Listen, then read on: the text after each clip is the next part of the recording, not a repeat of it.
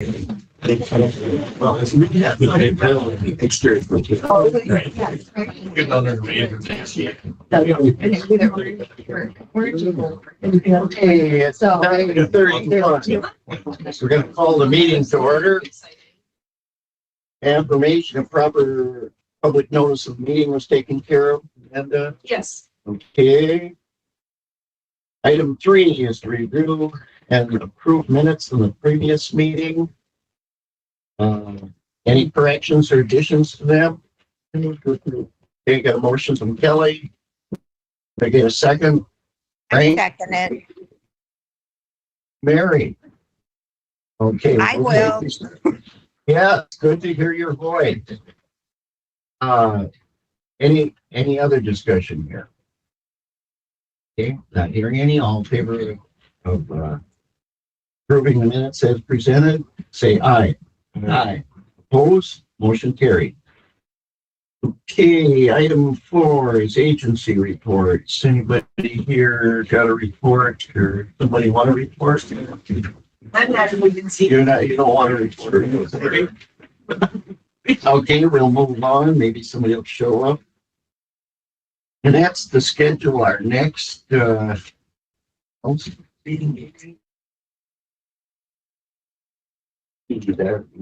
April 11th, 9:30 here. Okay. We'll move on to, item 6, which is audience administrators, the UW extension portion. Anybody here to make a comment here or want to? Not seeing, hearing anybody, we'll move on to item 7, which is to review the UW extension bills for payment. Okay, I got them in front of me. They have a total of $1,737.94. I can, you want to hear the individual ones? Committee? Okay, nobody's saying they do, so I guess I'm looking for a motion to approve that. Well, we don't approve that. Any other questions though pertaining to it? You can pass them around. Okay, moving on. Item 8, educator report. First one up is 4-H. Emery. So I gave you all a statewide 4-H impact report, a really nice fancy one. This is the first time we've sent out something like this, and I found it a really great tool to use to show people, what we're doing in 4-H, how many people we have enrolled statewide, and some of the impacts that we have overall as a state. So feel free to look through that. And if people ask you, what's the benefit of 4-H, or what's going on, feel free to share that information with them. In addition to the statewide 4-H impact report, you've got our newsletter for the next few months.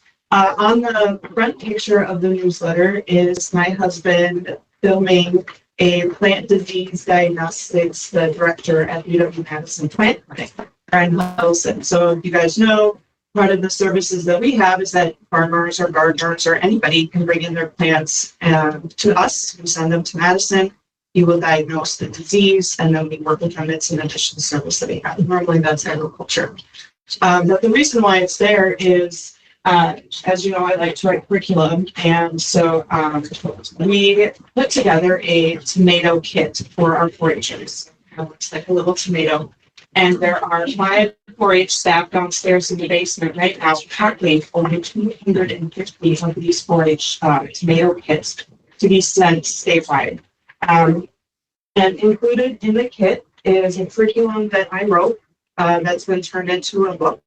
And it talks about the history of tomatoes and how they originated in the Andes and how they throughout the world. Mining cultures and then adapted the tomato to their liking, created ketchup and all this stuff. So the kids get to learn history, they get to learn farming, they get to learn disease management, and they get to learn international cooking. Speaking of international cooking, I'll give you extra ways. You can tell me what this is in Spanish.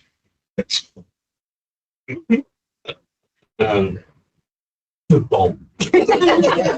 See. Maybe I'll ask our new, there we go. Okay, so gonna the say kids the kids are getting some great exposure to different cultures and water that when you make your salsas and your if you have a true authentic ethic, it tastes so much better than using any other method. Why would that be? It's Cereal? almost like it's the same equivalent as like cast iron cooking, right? You get that good sear and it sinks into the stone. It's similar to that, but the salsas. They also have some so we are really working hard to meet 4-H families where they're happy. And that means doing some actual 4-H programming. So this has been very popular. You heard me talk about the meat box. We sent out over 650 of those statewide. So these are really high impact programs and it's super great opportunity. You should talk about the wagon. Yes, so our plant disease diagnostician also created Lego models of healthy tomatoes and tomato and blossom rot. So the kids will actually be really getting hands-on with that disease by building Lego models of it. So that was really cool. We also have, he's done a lot of different. The other program that I wanted to touch on is we had a Lunar New Year program in February. And I reached out into the community to try to find those in the community who identified as Asian or Asian American that still celebrate Lunar New Year. And I pulled that community together. We had a huge celebration in February at the Temple Theater. We had over 218 people come to that event. And I want to say about 20% of them were 4-H. So we had a huge community-wide outreach with an audience of people that we normally don't have. And after doing some impact surveying, 100% said that they learned something new. And about 69% said that because of that program, they now had a more positive outlook on cultures that were different from their own. And so we're trying to really work with intrusive culture and that it's okay. You don't have to be scared of people that look different from you. And you can have conversations with them and build community.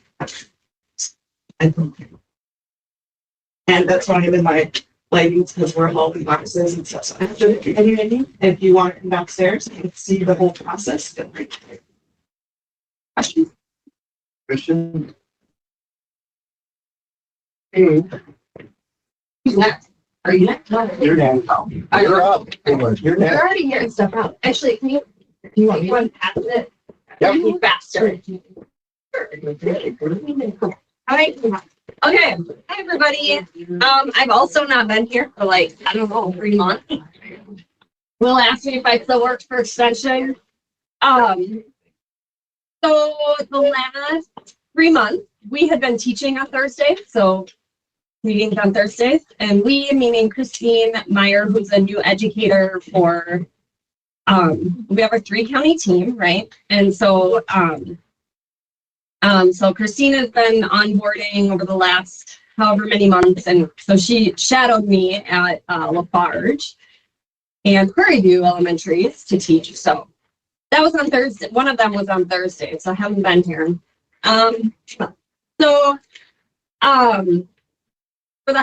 I also wanted to say we have been actively recruiting and hiring.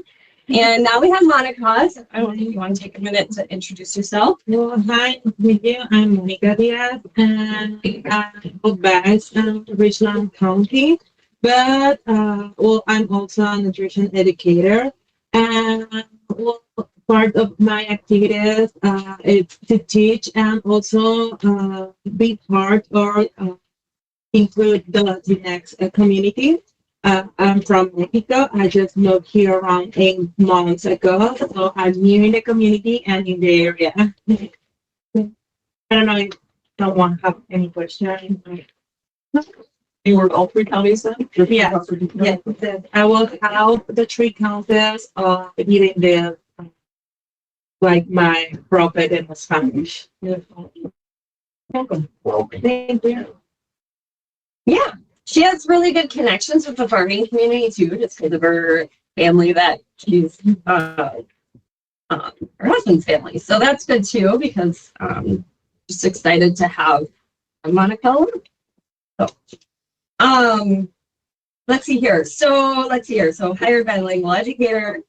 And then, in January, as you all know, we're on a federal fiscal year. And so this was our end of last year federal fiscal year report. So this went through September of last year. So we've been in 2024 since October. And this is the Vernon County one. The first two paragraphs you've probably seen before. And then it kind of talks about some of the data around things that affect our community that we serve. But then it has like our local community impacts in that first community impacts sort of section. And then on the back talks about how we worked with the 3-county team around farmers markets and EBT at farmers markets. And then also there is a report around multi-level program efforts.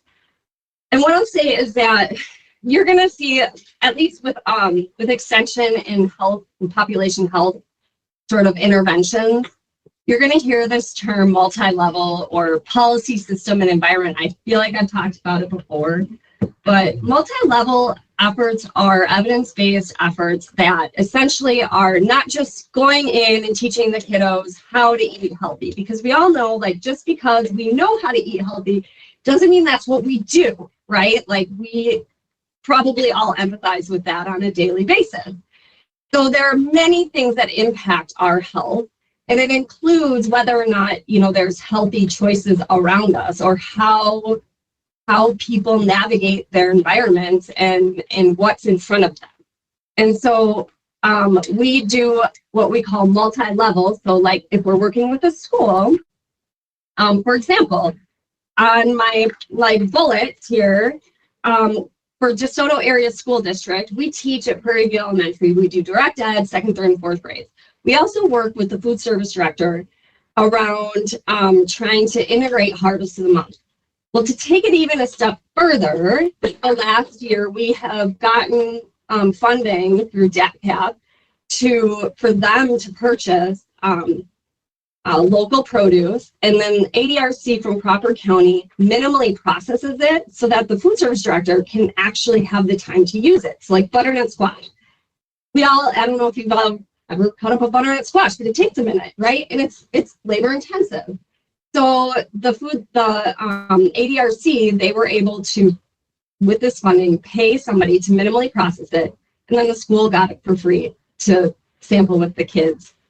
And then we also have the educational events around it to get the kids excited about it. For example, when it was beets, that was in January or February, they preserved the juices from the puree beets that were used in beet brownies.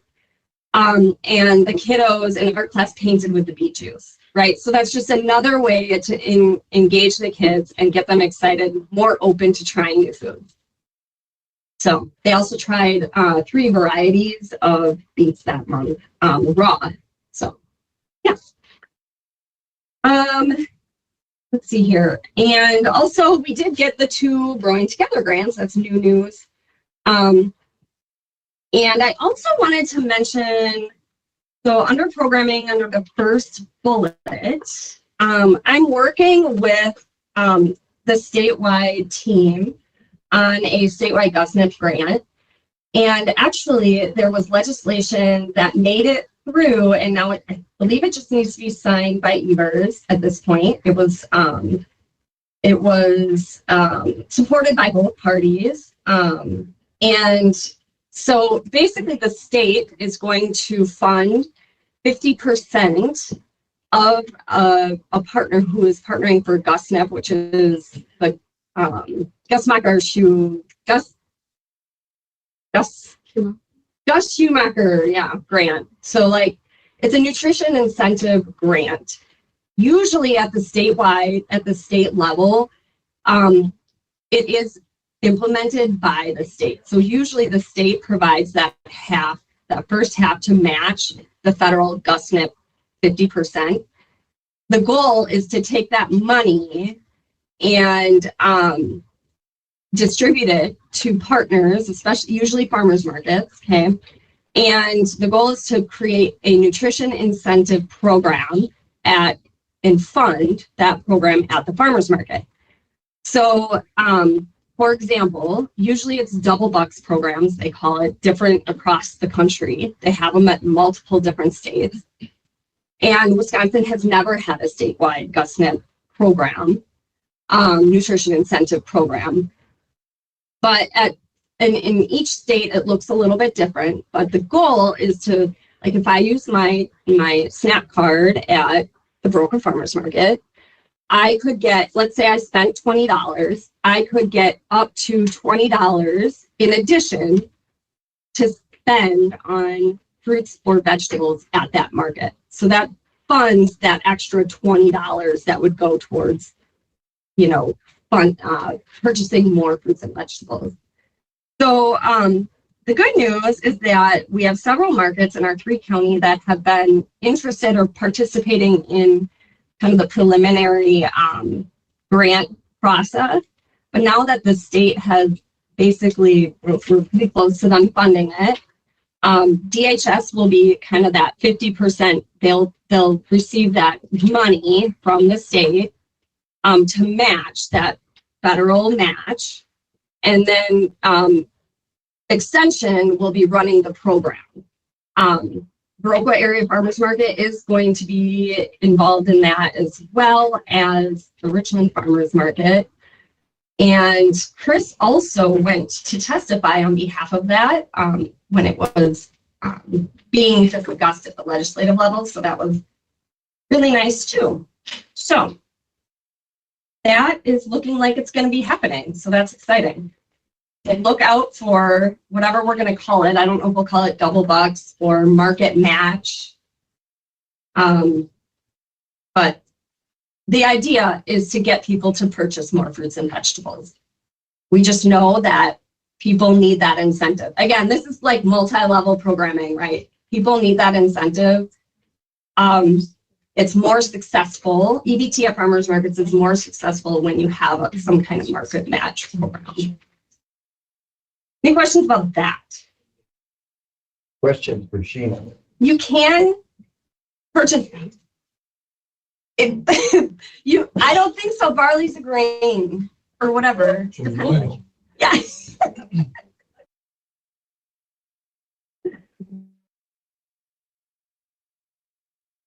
This handout, Yeah. Under multi-level program. Yep. 23% of the children in Vernon Yes. County live in poverty. Yeah. Oh, So Vernon County is actually higher in our 3-county area. Vernon County is the highest in children in poverty. And I want to just say that poverty is like making $13,000 a year. So like poverty is very, very low. Could be 15, I don't know, but it's really low. So we have a very high our family, in all 3 counties, for families with kids who are from 5 to 18 or 17, I should say, those are like the highest in need in our 3-county area. 13,000 per household.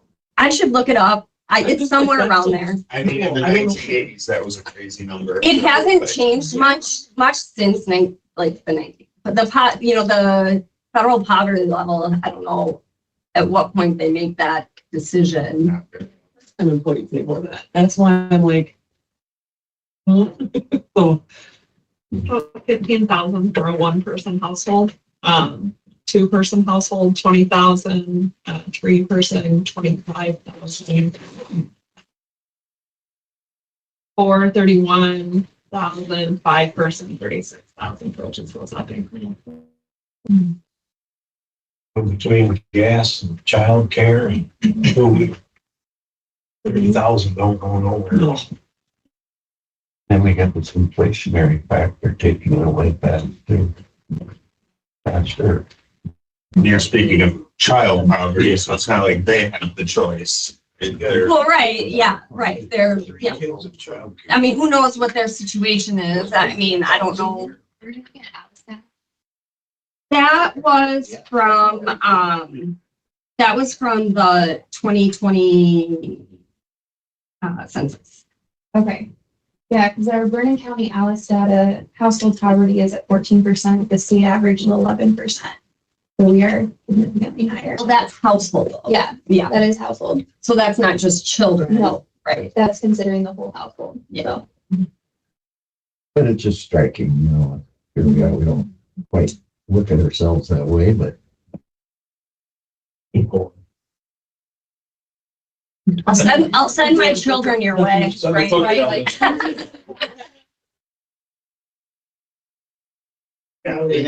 Good try. It's not a nutrition deal. We'll keep it on nutrition. Okay, any other questions? I'll give him for a sheet up. Okay, thank you. Hannah, I think you're next. Yeah. So I have one more paper. Sorry. to interrupt. That's okay. Paper. It's just, there's not enough copies, but you'll get the video. So, since we last met last year, there's been a lot that's gone on the last couple months. So the biggest thing is we completed our first workshop series for supporting aspiring and current small business owners, entrepreneurs, and getting started and continuing on their pathway. So that was a partnership between the Baroka Chamber, SBDC, out of the Small Business Development Center, out of UWL, and then CAP.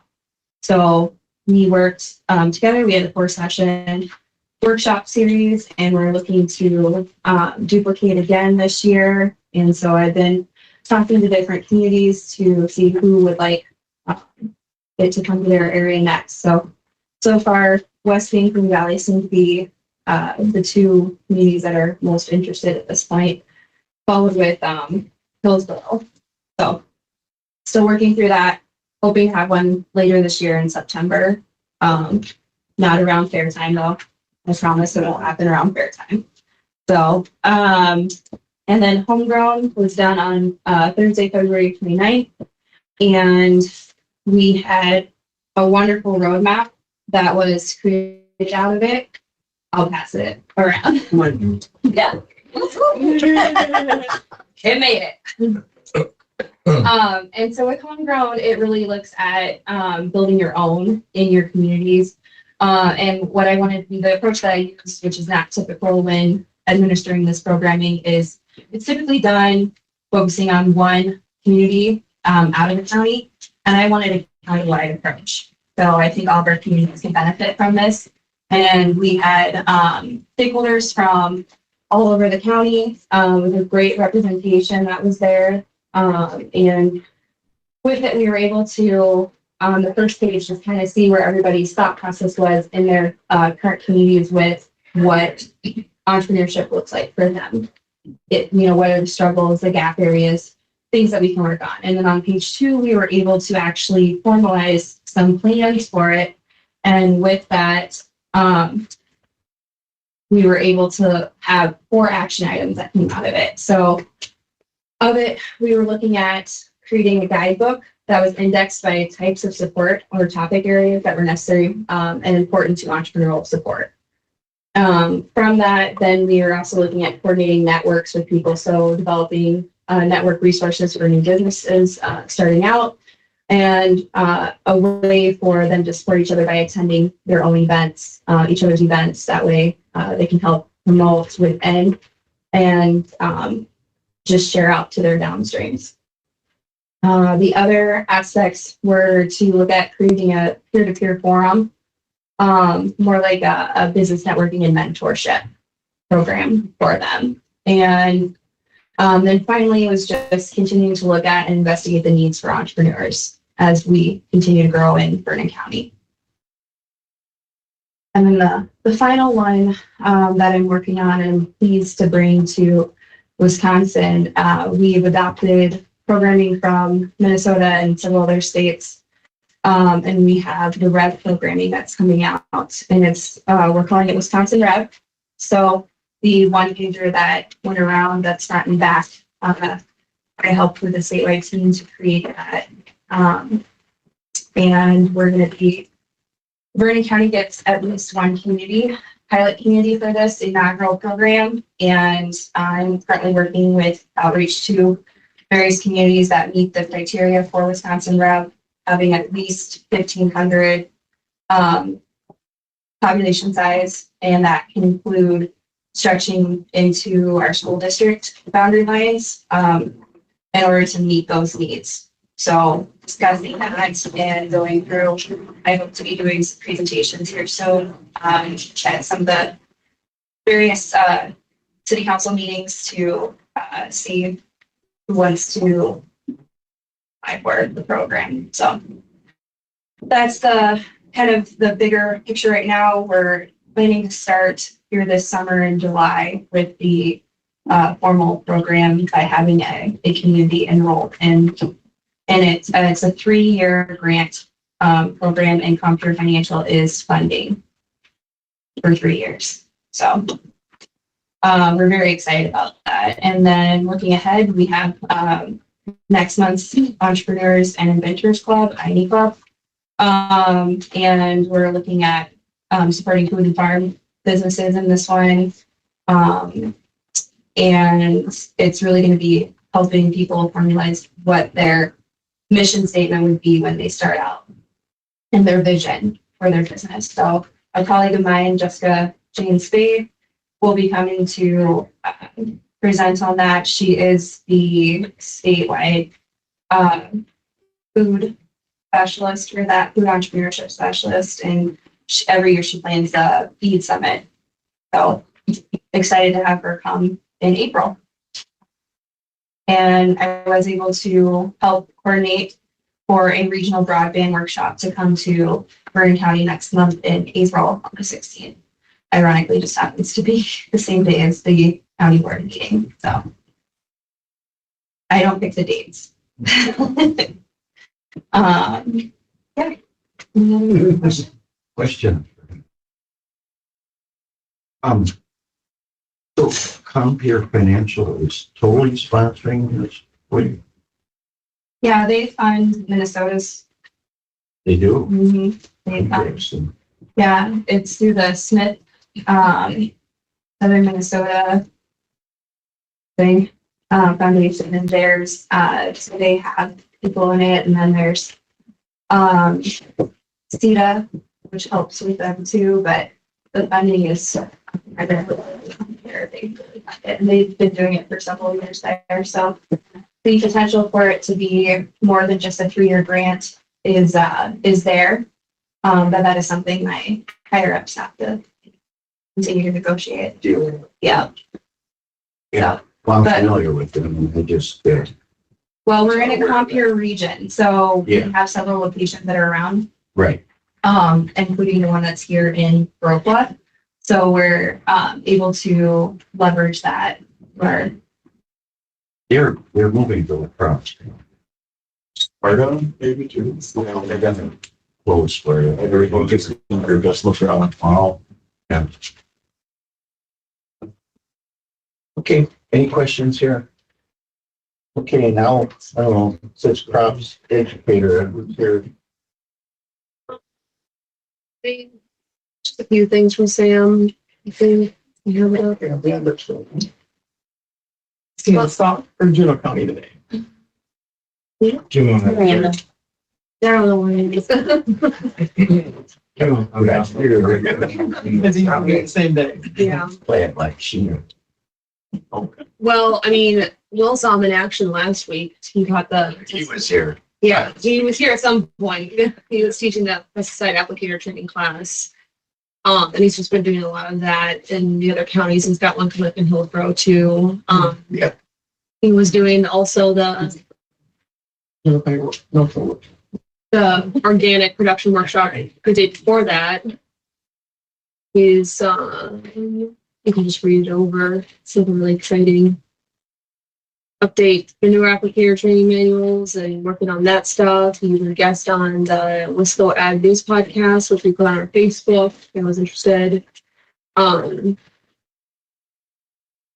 sure he's much busier now that things are a bit warmer back on the field a bit. And then he did the O-Brain conference. Yeah. So if I could just give a couple updates on the ag positions. We completed the search for the Juneau Sock Richland crops educator position. So hopefully Pat Wagner, who's the AED in Juneau County, is the one that's leading that. So she's been doing reference checks in the background and offered for that position. So hopefully we can have same completed transition over to Vernon, lacrosse, and Crawford by May 1st. That's kind of the tentative plan.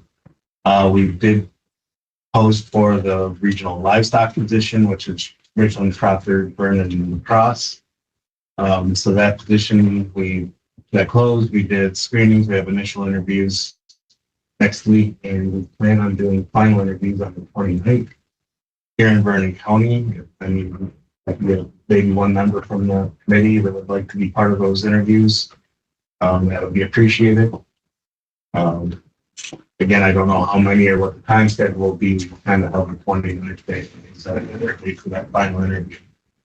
So things are moving forward for both of those positions. So hopefully by June we have 2 educators that you guys can happen to as a resource. So I'm going to most likely be encouraging the applicants get to choose which of the counties they're located out of, but I'm going to encourage the livestock position out of Vernon County just because of centrality to this. So there's some things that we're moving forward with in those positions.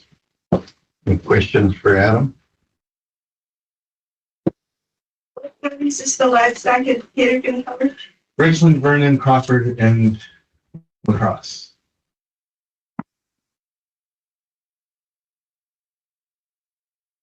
Okay. I guess we got everybody here. So thank you. We'll move on then to number 9, which is to review our land and water bills. I got a copy in front of you there. I'm going to read those and then we can look at them. Again, this month, we've taken in a lot more money than we've spent. That's perfect. Okay, our total expenses for the month were $68,821.03. And January reimbursements and other revenue totaled $157,821.32. So, you want to take a minute and look at it? If you've got a question you can have.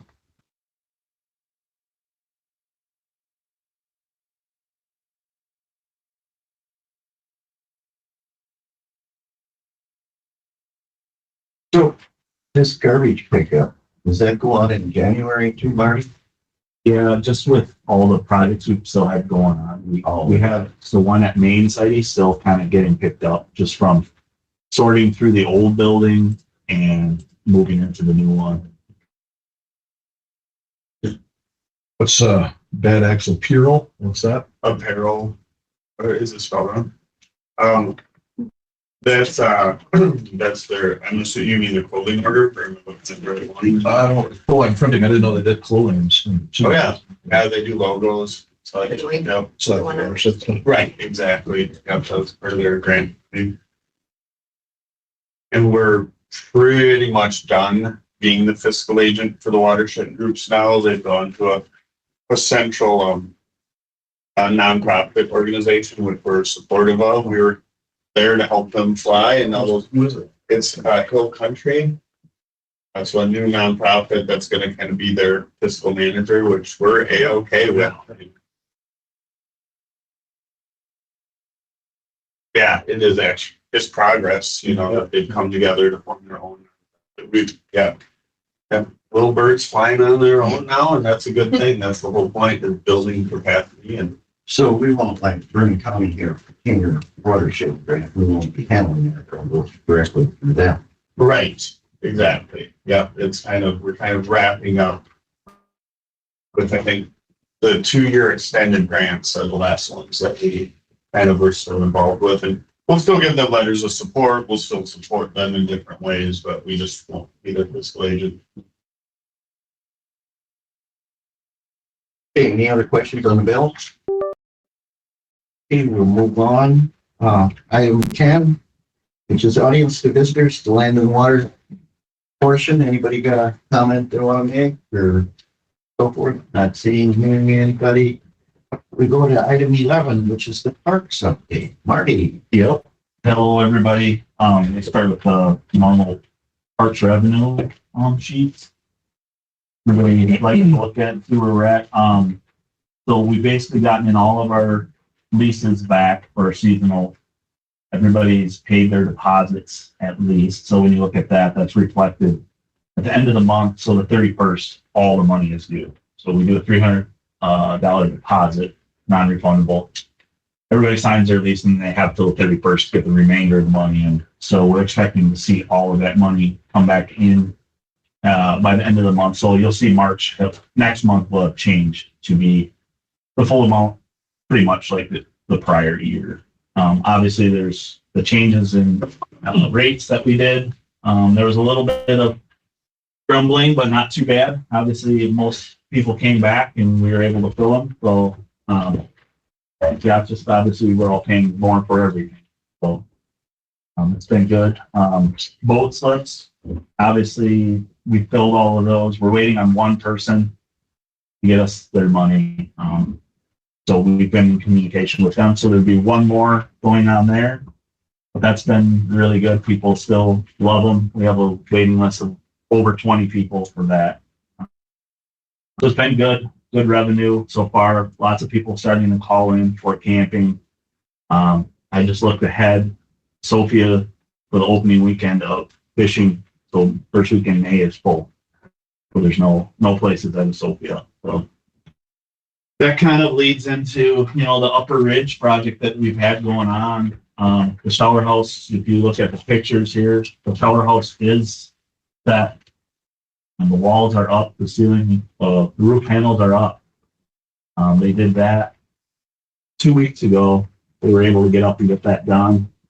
We worked with the township to be able to haul on the roads to get this done, really put us ahead.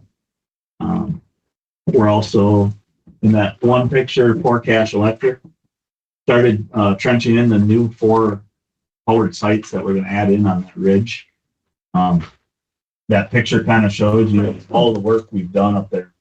That whole area where that trench is dug was all trees and stumps. All those stumps have been pulled, burnt, filled. We're really close to final grading and getting some seed down. We're in a really good spot. Kind of like a weird year with the weather, but for us, it's worked out great for this project. I don't know how great it'll work out for moisture and all that, but it's worked out great for being ahead on this project.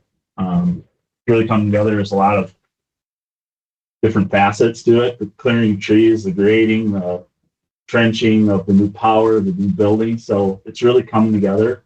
Really great. I'd encourage you all to go up there and check it out because it's going to turn out really good. We're working with Nick and Casey, and everybody's been having their hands in on this. So we're in a good spot with that. As far as that, it's just kind of getting ready for the year, cleaning up. We did our intern interviews yesterday, which went really well. I think we'll have a good year for that. So, yeah, this has been taking up a lot of our time, kind of keeping everybody ordered all the doors, the partitions. So that stuff's all in order. We're going to paint the inside of it ourselves. There's a company coming in to epoxy the floors. The old bathroom, our old bathrooms in the main, you guys approved last year to epoxy those floors. They weren't able to get in during cold weather in the fall. So they're going to come and finish those this spring. That'll look really good down there. Just kind of a little bit of a facelift for an already 12-year-old building. We'll give it another 10, 20 years of life. So that's kind of where we're at. How many new sites is this or new capabilities? There's 4 new powered sites with water. They'll be going in 50 amp, 30 amp service. And then after all the clearing, we were able to make probably 4 more primitive sites that were there at one time, but now we've cleared so much out that they're better. And then there's also in the future, off of the turnaround up that top, when they bored the power and they took down overhead, and they bored the power and they dropped us a transformer. So we can probably put in another pedestal further down to do some more powered sites in the future. But yeah, we've 4, you said 4 full of, 4 full and then 4. water. It's water and electric only. So this new building will have a dump station. So people they'll have a place to at least dump. Because most RVs have pretty good capacity, so people are fine with that. Yeah, we're doing the work now. We have the highways bulldozer up there. Casey's running. Hopefully, we're burning piles today. We have a lot of brush we need to get burnt. We needed the rain. Yeah. But we could burn. Yeah. So Casey's been doing a lot of bulldozing, and we're kind of treating it as let's get it done right, so we don't have to come back. So that's where we're at. It's just an incredible amount of work that got done, taking advantage of this weather. Just incredible. Was the burn ban back on again? So we just wanted to be careful. It was dry. It was dry. Yeah. Lauren, or not Lauren, Will, sorry. Yeah. Not enough coffee. Very good. Bill, Dan has her hand up, and so Mary Henry. Okay, Ellison, go ahead. Hi, awesome work up at the upper campground. I mean, it's incredible what you've done up there. I just have to say, one. I'm wondering if Marty, I can't see you, but Sorry, I'm If kind maybe- of towards the front. if maybe we could do like not a press release, but a brief like under construction or here's what's happening and circulate it to, because we're getting just Vernon Trail's getting tons of just like, hey, what's going on up there? And we're telling them because it's exciting stuff. But I'm wondering if we could just like create a paragraph and like just be able to circulate it, if that would be something that would be That's okay. awesome. Yep, that's a great suggestion, and I'll work on getting something together for that. Thank It you. is exciting, and a lot of people have driven up and are kind of taken back by how it is. And, people kind of were not upset, but, sad to see the trees go, which we were too. But once they hear why and what we're doing, then people are kind of all for it. So, And Alexander, And just for your awareness, Casey, this is Ben. Casey met with Sean with Vernon Yep. Trails yesterday to make sure they're discussing and kind of on the same Yeah, and page. we've been saying like this is an exciting opportunity. Like they had to do what they did. We want to save the forest, and this is a great opportunity to get more space. Like it's all good. I just think if we send a message so people maybe stop asking what's happening up there, maybe Right. that's somewhat selfish on my part, but that would be great. no, I agree. And now that we're further down the road, and, like I said, I feel like we've just been making such a big push through the winter to get stuff done. So, I agree. Thank you for bringing it up. Thanks for the work. Yep. Hey, Mary, Okay, Marty, I've gone down multiple times just to watch all the action down there, and it is quite amazing. It looked like a war zone for Yeah. a while on that upper part when all those oaks were done. It looks sad, but this Yep. looks great. I'm just kind of piggybacking on Allison because the schools are doing their summer school programming. Yep. And I know last year it really messed them up when it was drawn down. And, they didn't know about it, that if you could let the schools know, because they're Yep. getting their summer school courses ready, that yes, this is what's happening here. The lake's up. We've got, that boat landing one, and just so they know, so they don't get there and then all of a sudden they're trying to make other plans and scurrying around with busloads of kids. Yep. And then the other is the walking trails and the bike trails what kind of shape are they in for people to use? As far as like trails around the lake, we haven't gotten any feedback. We'll probably start making a push to get out here by the end of the month and check everything and kind of go out and cut back what we need. what we need to before like spring green up. Okay, and then, and I guess I don't know, Allison, does this affect in this area any of those Vernon trails at all? I'm just wondering if some of that got torn up during this time, and if we're kind of helping fix it since they did all the trail work, but this is kind of an after effect. But I don't know. I'm just asking because so many people use those trails. Bikes and Yeah, I walking. think, can I jump in? Is that okay, Ben? Yes, please. I think that Sean Olson's kind of been working for Vernon Trails with, he's kind of helping with it, and Casey, and I think Ben and Casey and Sean had a good conversation. I believe Marty, you guys were all up there yesterday, so I think there's good collaboration, and we have to do some reroutes, but that's okay because we had to save the forest. I mean, like, that's the thing. You gotta save the forest. And so I think there's good collaboration. So I'm feeling pretty good about it. I'm hoping Ben and Marty and Nick are also. Yeah, I think so. Yesterday after our conversation, it seemed like, one of the trailheads was going to get kind of rerouted to where maybe Vernon Trails wanted it anyways, or it might work better. So it's kind of maybe working out good for everybody, especially while we have equipment out there in time. So I would agree. One thing I do want to plug, and Ben and Marty, we can talk there's opportunity to put for very affordable, maybe some gravel, like a bike washing station that would eliminate any invasive spread. So I'd like to just show you that I think that could help, and also help with all the efforts of invasives. sounds good. Might be a very good time to talk about that. Yep. Whenever you want, you shoot an email or just give me a call. Yeah, perfect. Yeah, and we appreciate Sean. He's been really good to work with as long as the communication is there. And thank you for understanding. Obviously, a lot's going on. We're glad it's going well. Okay, Mary, Harry, were you done? We kind of Yeah, touched it's just lots of great stuff happening, getting ready for the summer. So it's good. Thanks, guys. Thank you. Okay, is there anything else here in Park? Nothing. It's move on. Item 12 is the Mills bid approval. Mark? Yep.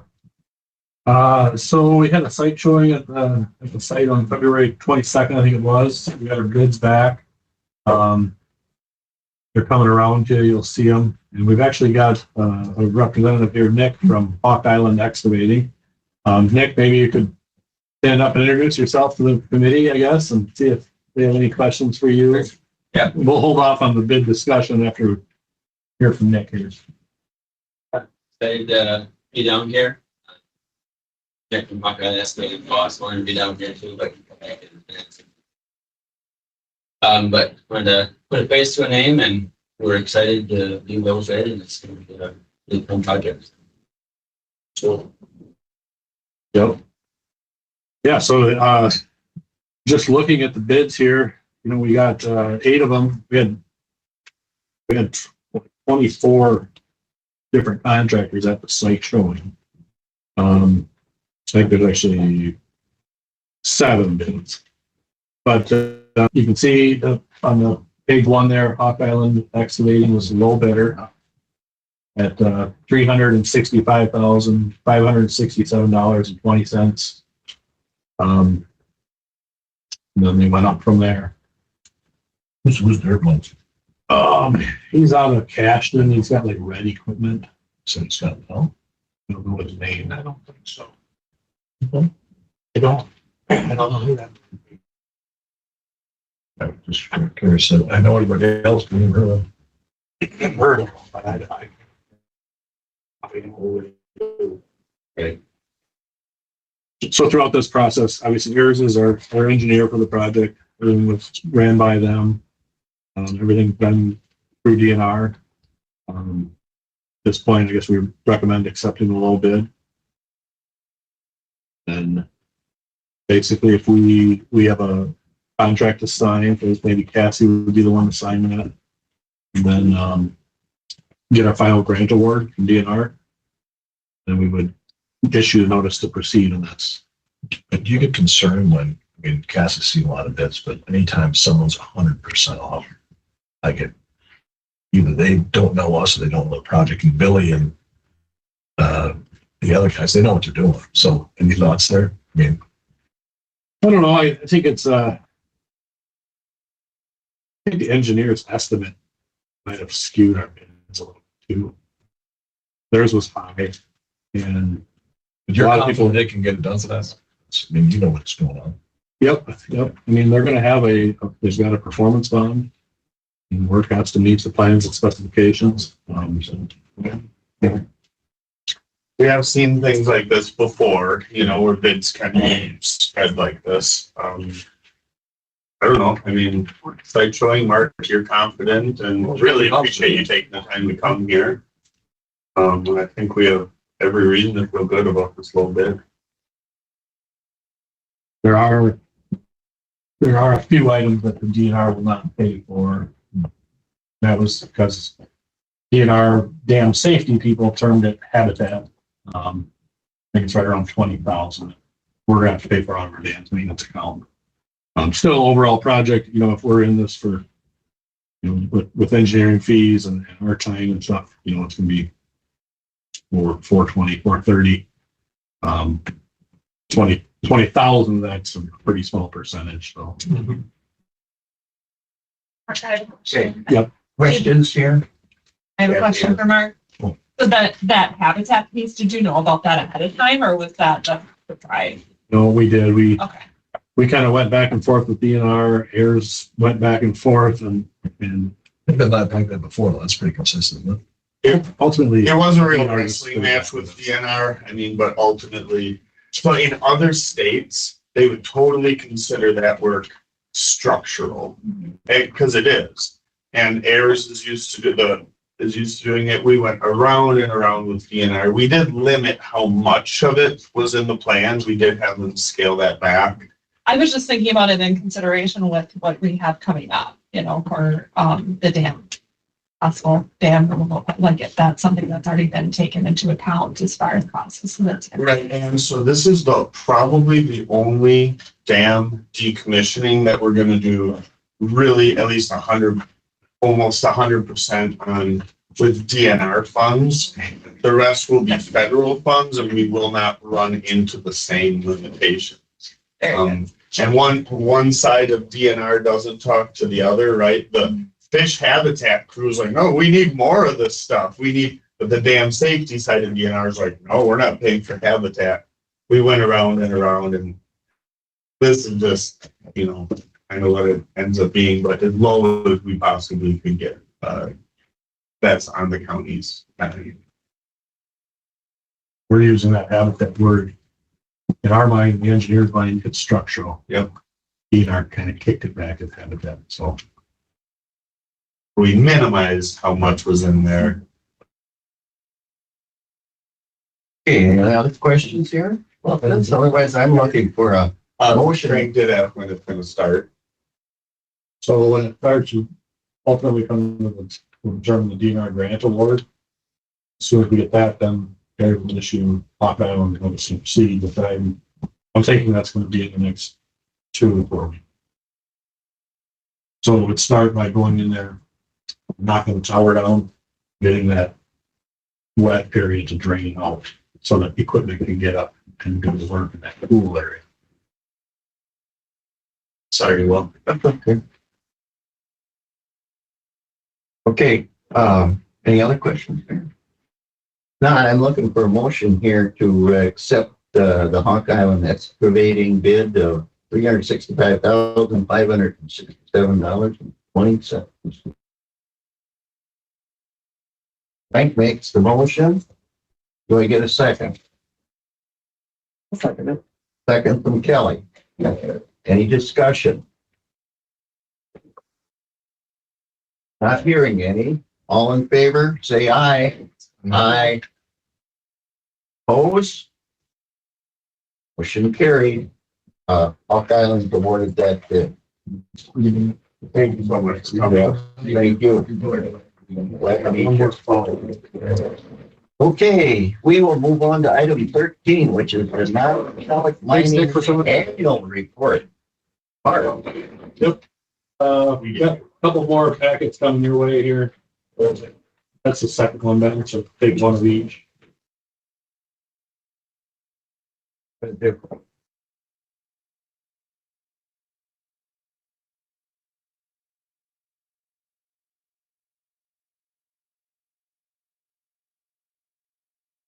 We're gonna start with this, the wider title index page here.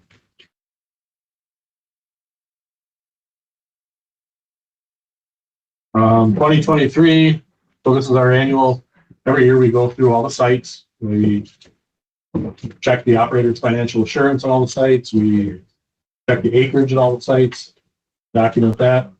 Then we report to the DNR. So I'll be reporting this information to DNR after the meeting, probably next week. Right now we have 44 active sites in the county, one inactive site, which means it's permitted. It's on the books, they pay a reduced fee, but they can't go in and mine until they switch it to active. And then we reclaim. We've got two here. We finished reclaiming the mixed pit down by Junk Creek Road. That was almost reclaimed last year, but they had some rills and stuff to repair. And then this year, the Chomi sand pit was reclaimed. So that's good to get another one off the active list and get it reclaimed, get the landscape back to the way it was somewhat before. Got just total disturbed acres here at 481.1. Sorry, I should have crossed that 472 out. So that's all the active acres in the county at all the sites, 481.1 acres. We increased 14.4 acres and 4 acres were reclaimed. Total fees collected $26,070. Of that, we've got a DNR share, $3,765. And our share is $22,305. So, yes, I'm looking, after we go through these pictures, we'll look for, committee doesn't really approve like they used to, but we're going to write that check to DNR for $37.65 for the report. So the second page, we've just got some pictures here. This is showing an area that was stripped. Most of the 14 acres increase came at the Clockman territory, which is this one area. They've got some rock checks going down to the high wall. And then that bottom photo is just looking down at the active site. You can see that's the biggest site in the county is Clockman. Turning into a monster. It kind of is. They are getting, they graded that whole north slope, northwest slope towards 27. Where is? I'd like to see them see that down there. Towards on the 20s. On the 20s. Huh? For Grafton? Yeah, towards Bloomingdale. Towards Bloomingdale, yeah. From his worldview perspective. Yeah. Everything's Everything's turned. It's a pretty good mill.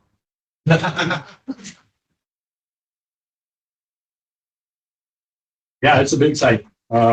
It's 52 acres, but they are making some pretty good steps towards reclamation too. Like they're not far away once they choose to reclaim that whole north slope towards 27.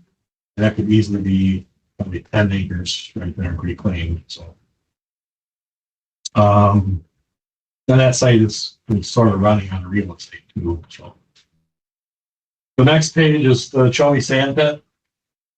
And you can see it's the wall of sand. This was 2018, this photo. Back when it was, pretty active pit. And now this bottom photo shows in the late summer, that whole slope to the right, looking down that driveway towards that loader, the whole slope to the right's reclaimed. That sand pile behind the loader's gone. And they just got a final touch that probably less than a tenth of an acre, right, kind of loader up in the spring now.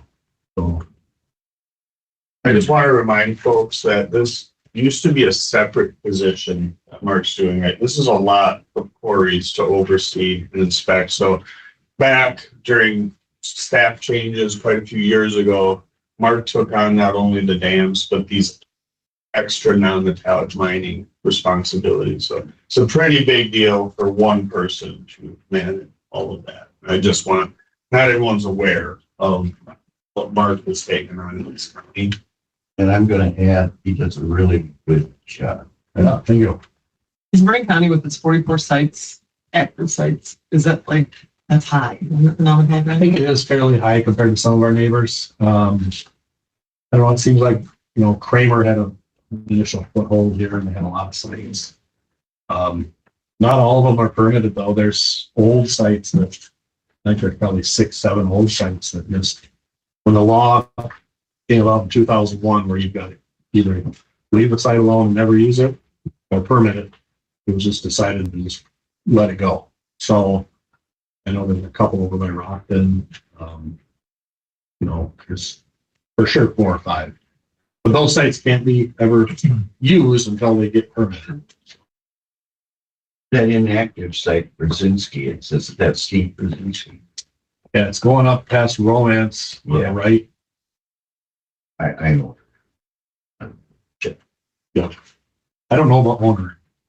I know that the operator it was Milestone. And now it's, after Milestone took over all the Kramer sites, it's still Milestone. So the second handout, this is kind of a flipping gears with a different topic. This is a letter that we've drafted, and we are open to the committee's advice on how aggressively we want to pursue this. But basically, if you look at the pictures on page 2, we'll talk about the pictures and the map first. It's a new site. We got a complaint on it on, I think, Monday. I got a call, and Nick went out there with me. It's down by Lafarge. Before you get to Lafarge, before you get to D on the left, so if you're coming from on 82 to Lafarge, it's on the left side before you get to D. Like, see it on your way home. But anyway, we got a call, a complaint. I had no idea they were tearing into it down there. I guess it's been a little while since I went on 82 to Lafarge. And we went and measured it. It's 1.2 acres in size. It's a shale pit. They basically pulled back what little amount of topsoil was there, and then they started loosening and digging the shale up for, assuming they're going to haul it out to different job sites. Final page is a map showing the GPS points we took and the size. Now, this air photo doesn't show this pit because it was taken before it was disturbed, but that's the location of it. So I guess in the past, is any site over an acre has to be permitted. We like any site to be permitted well in advance of going over an acre. It should be. We were going to send this letter, cease and desist mining activities until the site is permitted, or even if they use it for personal. The size. Well, if they use it just for personal, then it's okay. They're not selling it. They haven't called the guy yet? Just say what's going on. I don't have his phone number. I just don't like these cold handouts. I know it just seems to be so much more human nature. Talk to people. I can try to drive to his house or and talk to him. That's not even. Phone books don't work the way they used to. I know, but That's all his numbers. It's really hard to I can dig around to try and find out. So yeah, we could do that first. All depending on Steve Olson and at least 3. I'm just saying that, we all make mistakes. You guys come up and you guys have good intentions. You're smart people and, hey, are you aware? I get a letter in the mail like this and all of a sudden it's a disclaimer. You're in defense mode, you're in fight mode, just saying. So we can take that approach, talk to him first. He does need to know that he's definitely got to take action, get this thing permitted or reclaimed. One of the two. Maybe that's, like you say, conversation first, then then go. I agree. We'll try to dig up the numbers. I think it's yes and, right? Yeah. That we'll do both. gonna get a hold of. Nikki has reviewed this letter already as well. It's in line with how we've handled things in the past. And sometimes it's different too, like this guy, this was a pretty rapid development, you know, there was other ones in the past where it's, hey, you're getting close to an acre and trying to get permanent kind of thing. Those folks are just kind of, we're trying to dance that line outside they're over. So those folks might be, you know, this one might be more appropriate for. In this case, we can talk to Stephen, let him know. See how that goes. Okay, so that's what, we'll just leave it like that. Yep.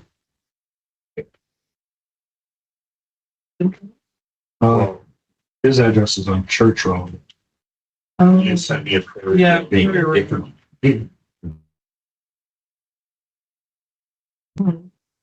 Probably are fine. Church Road. Church Road. So, I'm quite sure that he- I'll write it down from the Sally and I'll try it. Doesn't hurt.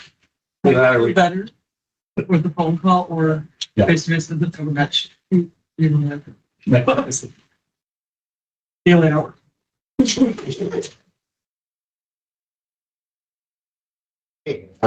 Anything else here? Anyway, we are going to go ahead with the phone call, try to contact them, and also, as Cassie pointed out, we'll reference the phone call in the letter. The letter still will occur, but I agree. We're not super heavy on regulation, right? And so, which is times, yeah, we have to. Otherwise, we'll have to take further action, you know, along the road. So anyway, do it thumbs up and maybe next meeting you can Frankie let us know how it says. Okay, we'll move on to item 14, which is the Sadie Hollow dredging project update.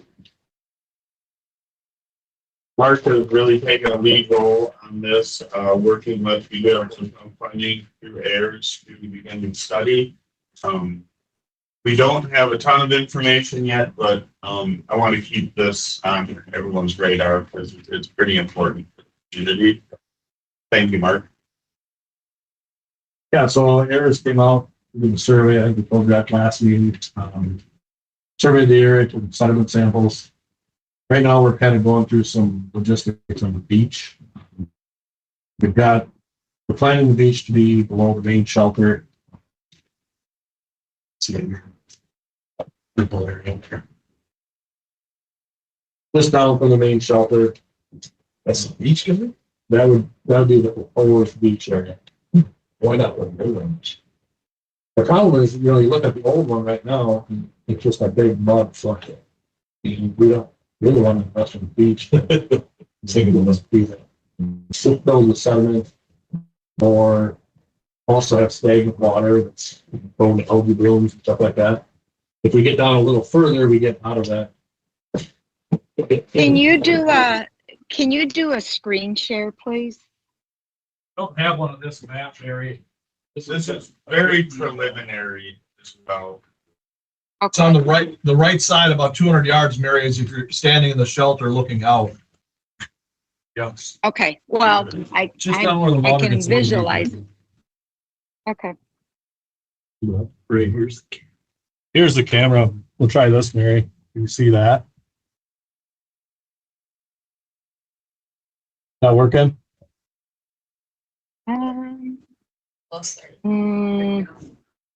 No. I can email It's it to you. just, yeah, thanks. It's just showing up kind of black. I said he'll make sure to email that to you, but it is still very preliminary. Yeah, so I mean, I get what Rod's saying too, is the closer to the pavilion, the better, and those issues are coming up too. You know, being within 500 feet of a shower facility, being closer to the road for emergency services. Those are things I guess we need to balance. I guess, you know, in my mind, quality water clarity is the whole point of the beach. But there might be some challenges we need to work through too. So those are, you know, by no means finalized. This is just kind of our point we're at right now for the beach. The other thing is we need to determine where we're gonna put the spoils that are dredged out. And during our initial conversations with heirs, and when we released the RFP to all the, we said that we would try to work with landowners, just because we're here, we know more landowners, about firing spot. So the last time we did it in 2010, we did the boat landing side. And DNR said those soils have to go in their place of rest. Can't stockpile them and stir them up and sell them as black dirt on the road. That time was all stone in it, wire, glass. Just kind of mucky garbage material. So I've just done some calculations. You know, if we do dredge the whole 40,000 cubic yards out of both sides, that would cover 8 acres, 1 foot deep. So put that 40,000 yards is a lot. 8 acres, 1 foot deep. If we put it on 5 acres, it's 1.65 feet. So Martha, we're gonna have to abide by the same rules that we did last time. I think so, yes. Which is what, somewhere. Well, you couldn't just dump it in the ditch. There's not a lot of places with the boss's truck. And location is like the huge. Trucking, and the way the site lays, you know, you don't, like you said, you can't put it on a slope where it's going to be oozing downhill and protecting you, going right back in the lake. We just took a lot. So we did have some conversations with MT Rock and Scoville Quarry, like a 17 truck, a little far, but that quarry is got a big void area in it, and they expressed interest in maybe taking it there. I think no matter what we do, we might have some financial incentive, whether they choose that to be. We said 8 acres and $200 an acre, 1,500 for 4 years. All this stuff dries out. That's $6,400. You know, somewhere in there, we can pick that number. But that's, I guess, what I'm asking for is approval to pursue options or to place these spoils. If we do the project, we still, that's a big if. We need to find funding to do the project. But at least start them conversations and negotiations. Where are we finding funding money? Well, so it's chicken or the egg, you know, here, because we can't get a cost estimate without knowing where it's going. And then my goal is, you know, and I know we have some county board support, would be for this committee to express it as a priority, possibly economic development to express it as a priority, have some buy-in from some different committees.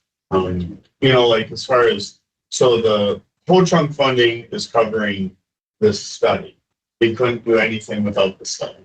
Sure, we're very comfortable with parks revenue, say, paying the money for where the spoils going a little bit, and some of our match funding come from parks revenue for sure, and possibly some other resources that we have.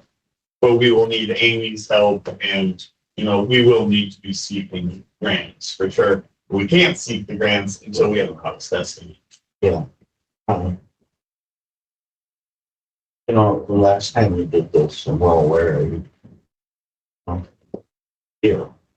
You know, and so it's all kinds of things like that. But some ways I wish we just would have done a whole lot more back then. Yeah. Where 2010 was that, I believe. Yeah. So some of us remember. That was funded by CDBG. yes. Rod had the biggest hand. But I mean, we were down there, I helped survey water levels and stuff. We were lucky enough to put that on the deans. Yes. But then that turned out to be trouble for him and his farm. We had extend land rent payments because the fields were unfarmable, you know. Yeah. There was a lot of costs too. We got to think about when we designated a spoil spot. You know, the deeds even had like a lot of mission, they're helping to pick rocks and wire glass and clean up the area. Which kind of makes me lean towards, putting in like 40 Instead of a productive farming field. For us, to run in a situation like that. I know,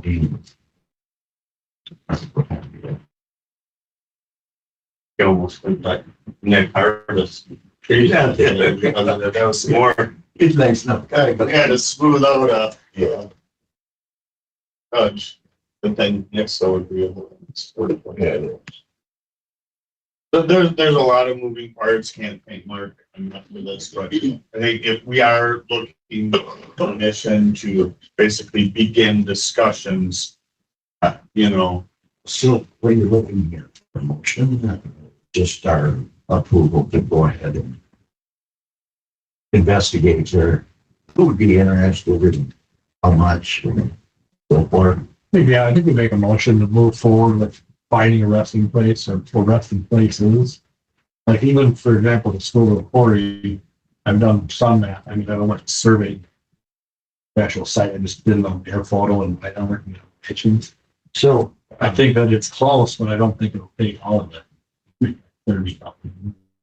We were talking about maybe putting some at the upper sidey range to use as fill to blend out around some of the campsite bands, which that might, maybe take 3,000 to 4,000 yards. So it really, if an opportunity suddenly comes up that's closer, we're gonna wanna do our best to secure that. you haven't got this listed as an action item. On the agenda. Okay, it's an update. we can I'm leave not it sure. at that then too, that's fine. I'm not sure we can give you that, but and I think we want you to go ahead and do this, and if you need more, you'll have to bring it back next time, I guess. So you're gonna have to do a lot of footwork yet here to get a hold of people. It'll take some time here. Yeah, so maybe the next month we have this as a action item. I guess, I feel we can. But you do have, at the end of your agenda here, you do have all agenda items actionable. So it is listed on the agenda like that. I feel confident under Wisconsin Open Records, law, open meetings law, that you can proceed with the action. Well, I think we should do that. Give me one thing. So I'm looking for a motion here for Mark to go. Okay. Proceed with securing site. For this dredging material. Yeah. I will make a motion to move forward with finding a site for the dredging. Okay, motion is from Mary. Do I get a second? Second from Rod. Any discussion? Not hearing any? All in favor of that motion, say aye. Aye. Opposed? Motion carried. So, yeah, Betsy, do this, Mark. I guess I'm just going to add this. Try to get some figures. People together. I mean, it's going to be kind of hard to pull this all out and get them together, but it'll take time. Yeah. Maybe somebody will come up and they're just really interested. I don't know. I will. You know, last time when OD just came up, he was really interested when we talked about it, and that's so close. And Mary is welcome to help shop around to the neighbors around. There you go. And anyone who wants to help us, think of ideas, please. If anyone has ideas, Maybe Mary wants it. I already asked, I guess not. Okay. We'll move on to item 15. Skidster trade agreement. Approval. Action item. Last item for me here, guys, is a minute.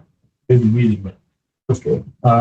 So we're still, we've sprayed our skid steer in. We've been doing it every year.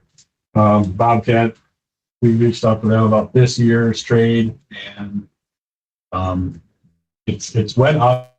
Their trade program has, I don't know, I think they've during COVID, you couldn't hardly buy a machine, you know, so the used machines had more value to them. Yeah. People were just happy to get one, and we went in the store. I still think it kind of pencils out for us. It's 5,000 now to trade ours in. Get the new one back. And this year, you know, I think it's pretty important too, because we put more hours on it, upper side. Probably got, yeah. and How many also- hours do you average in a year? I think we probably average about 200, 225. And this year it's probably closer to 325. Yeah. Do you remember how many years ago we bought a brand new skid steer, Maybe 5, 6 years. and through a municipal discount. Now for this price, we can get a brand new machine every single year. And you look at what maintenance, replacing a tracks costs, or like how quickly $5,000 can disappear. It's been excellent for us. It was 2,500. Right. Now they upped it to 5. You can't go over the hours. No, they let you, so they've got languages like, you know, after like, it's basically up to like 300-400 hours if they want to see. Yeah. And then if at that point, they're going to evaluate tracks, sprockets. And if you need to, you're going to have to pay for like half of the inside tracks. So we're not at that point yet. We don't think for sure. They didn't think so either. They said in fact, their tracks in good shape. You just talked about extra hours, that's why. Yeah, right. Yeah. It's pretty much everything warranted then? Oh, yeah, that's the good part is everything's covered. Yeah, you're for sure a year, you know, and that's what you traded. Really, all of our departments use it, right? So Dams, forestry, parks, you know, we're all, you know, using it. It's Just one. just One skid steer and then a power track. Already got the Kubota track. I was sleeping up in park with you. Oh, yeah. Yeah, the skid steer got a lot of me paper itself in that upper range with us running it and what we paid for it. The work we put into that thing this, you know, the last 2 months has been pretty. One thing too is, you know, I haven't skid steer 8 hours all the time. We're not mowing as many acres as you do with the power track. We're just all, you know, spillways, approaches to the dams, the flat areas on dam, zipping up this quicker. And just with a steep stuff in the power track. Yeah, I still think pencils out. I guess I would look for the committee to approve trading in this year. Okay, I guess we're down to, want to do this or not? Looking for a motion if we do. So the difference in money is how much? $5,000. Oh, well, no, the difference is like $2,000 or something. Oh, it's the difference from last year. Yeah. So last year we traded in and just missed the price increase last year. We went off the 2021, which was 2,500. Anybody that traded in after that was like February, their price was 3,500. So basically it's went up 2 years, it's went up $2,500. A year it's went up 1,500. Without it, the longer you keep it, the more maintenance you're gonna run into. And then this gets through. Hold on. Right. But we're lucky to buy it when we did, and now, you know, instead of like, it's a good choice. Frank makes the motion. Do I get a second? I guess you. I'll bring it down to that. Shelley seconds. Any more discussion here? Not, okay, all in favor of trading the skid steer motion here, say aye. Aye. Aye. Opposed, motion carried. Okay, Mark. Marty just did some interesting math, like 300 hours for the 5,000 we're paying this year. It's about $16 an hour for runtime on it. We can't rent that. No. Oh. Yeah, 55 an hour. registration one. So I appreciate you guys' support for that. It's important. She's Okay, moving on, item 16, land and water annual work plan. Sure. So every 10 years, we have a 10-year land and water resource management plan. Absolutely a requirement for the majority of the DAT funds we get for my staffing, Kenny's staffing, and our cost share money, significant amount of the cost share money we get. Remember, Will, when you and Kevin and I went down to Madison? So that's the last, that must have been about 5 years ago. That's the last time we got approval for our land and water resource management plan. Fortunately, this is the 5-year plan, not the 10-year plan. The 10-year plan will be a lot more work, but we can put that off for a little while. They have moved to, we always have to do these annual work plans. They've moved, instead of having to redo a 5-year work plan, they're just going to look at our 2023 annual work plan and compare it to our 2024 work plan. Sounds good to me. Sounds a lot better than having to totally redo the 10-year or the 5-year. So we have never gotten one of these annual work plans approved by you all before. It's just standard. I just do it, it's usually Sarah takes a look and usually I check with the staff, but it's pretty standard. But this is our annual work plan. It's not 100% comprehensive. I consider it, Nick already has his forestry plan. Mark has his annual work plan. Marty has his, plans for parks and stuff like that. So all of our sub departments, we have to write a lot of plans. This is really largely focused on some of the conservation work. And then Cassie, if I could put on your calendar, is June 4th, if at all possible. Will, assuming your re-election is a landslide and you're the chair again, or typically it'd be one committee member from the Land Conservation Committee and the county administrator. They've gone to virtual, so we don't go to Madison, except they really, really want to do a tour and they kind of want to do it here in Vernon County. So, and when someone who pays, 90% of your staff for 3 of your employees says they want to come up, you say, sure. But it's not 100%. I would appreciate if there's any way you're available or someone from our land conservation committee, maybe virtual, but if everyone wants to hang out and grow, especially after you read our parks articles and stuff like that. So that's the background. This is just the 2024 annual work plan, which is still a working document, but we're required, because they're treating it as our 5-year land and water resource management plan update. Could we please get a motion to complete 2024 Vernon County annual work plan? Heard the man.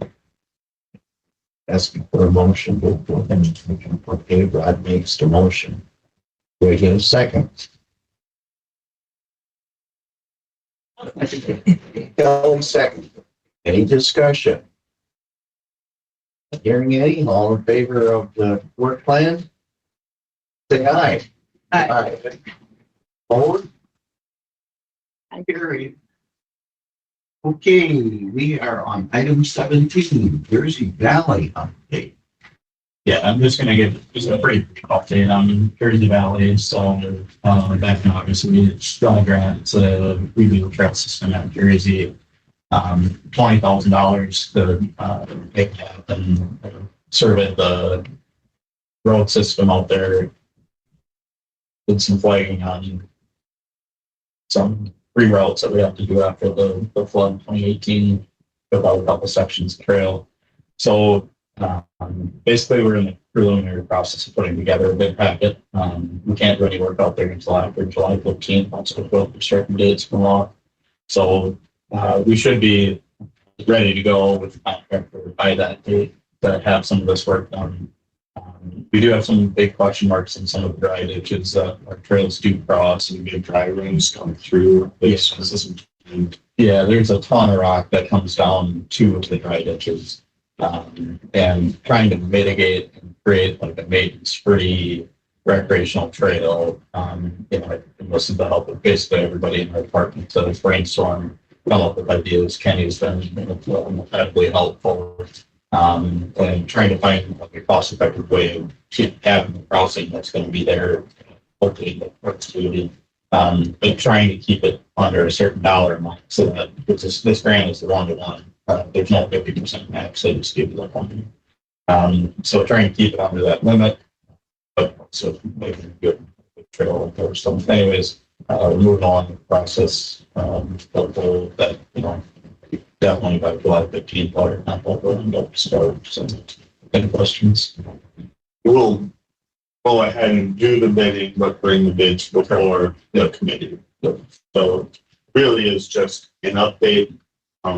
These avian baskets, the large metal baskets that you put rock inside of, is a strong consideration for some of these dry runs. It's worked really well at Duck Egg for a dam, and there is a history of use of avians at Jersey Valley in order to, but it's just, these dry runs, it's an incredible amount of water and an incredible amount of rocks that comes by.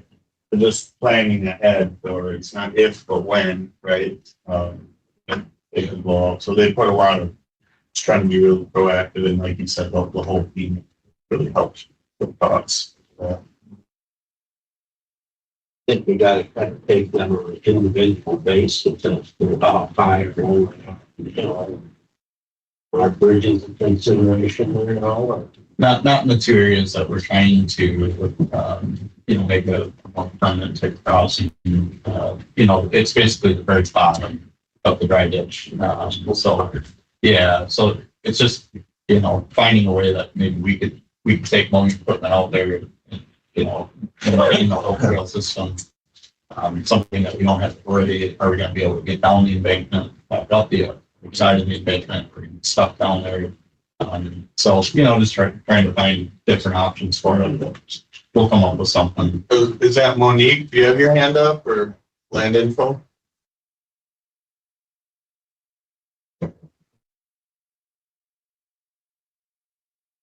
Anyone at land information have their hand up?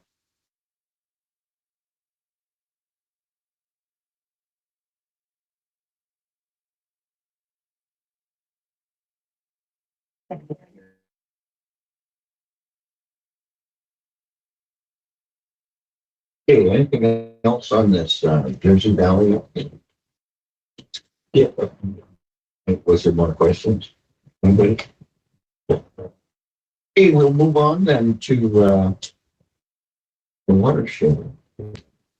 Well, this is kind of just a standing item, but let me think here. Yes, a lot of our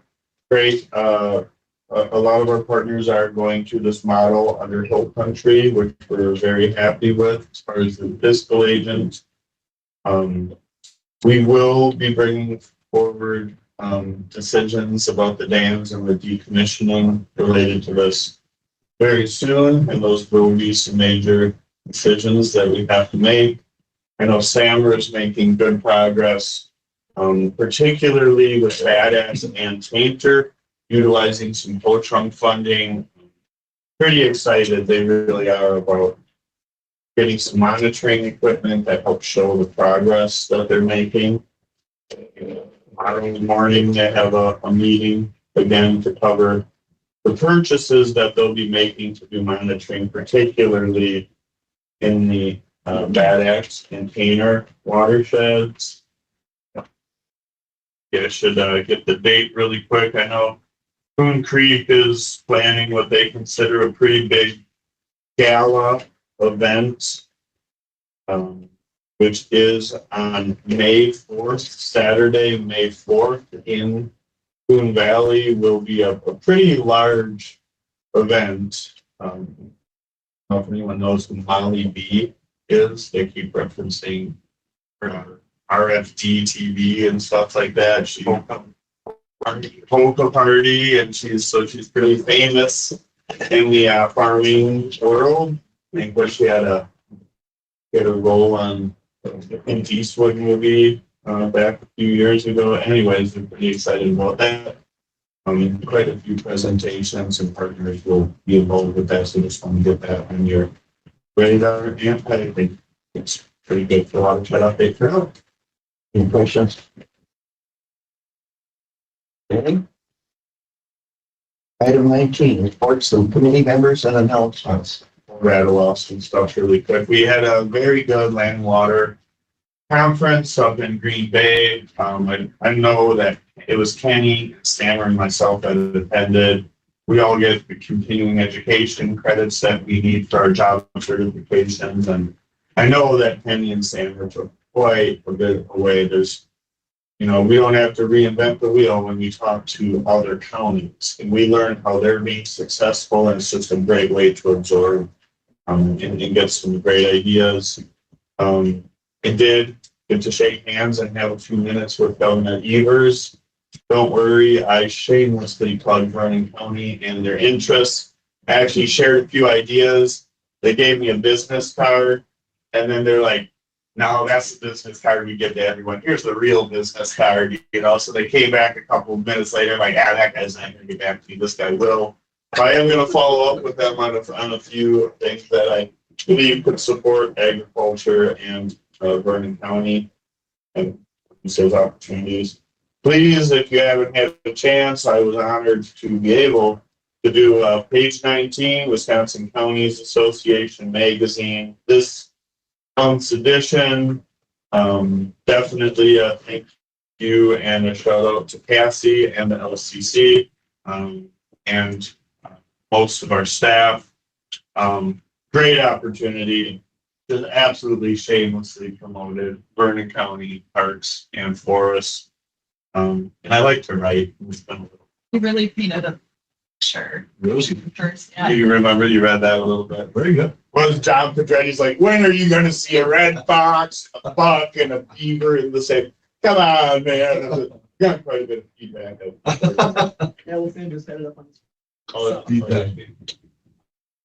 But anyways, I was honored to be able to do that, and I definitely utilized. I didn't have my hand up. I was just acknowledging the awesomeness. Okay.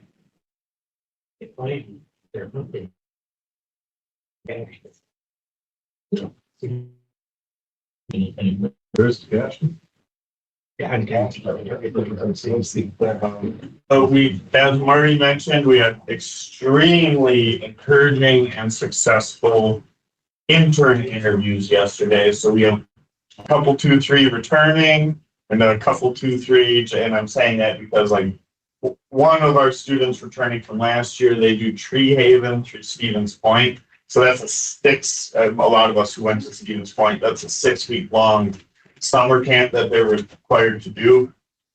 Not many jobs will work with you on that, but we are going to work with a returning intern. So one of the 5 won't actually have a lot of hours, but we know we can get more hours out of. I'm very encouraged after those interviews. There are some years where, let's be honest, they were all duds and we couldn't find anyone. And we're just very, work ethic, farming experience, really, really strong candidates that we interviewed. And sorry, is it Jamie? Joined us. Very happy to meet Jamie. She was new with HR. I just loved everything about her way of handling herself, her feedback. I think we all enjoyed giving feedback back to the interns. A lot of these kids have not interviewed that many times in their life. I was very, very pleased with Jamie, her enthusiasm, her heart, her way of I just think we're going to work very well together in recruitment, and we're excited that she came and joined us. Very good. I will share that feedback with Tricia as well. We were very happy to have her on board and to have her for the recruitment side to bring out also Tricia, some of the bigger things. Thank you. What's happening? Well, we're moving very slow on that, and I think Jamie is going to help us as well. I'm being extremely picky on that position. I've rejected a lot of candidates. It takes so long to train this skill set. We want them for the long term. we're waiting as long, and I believe Cassie and Trisha are supportive of wait as long as it takes to get the right thing to it. And we're so busy anyways that we're gonna wait until we feel we really have the end of it. But I think Jamie and Trisha have been very open with it. Some creative ways of working. That is still open. The other announcement. We got the prison group coming next week, 4 days. Be a lot done with them.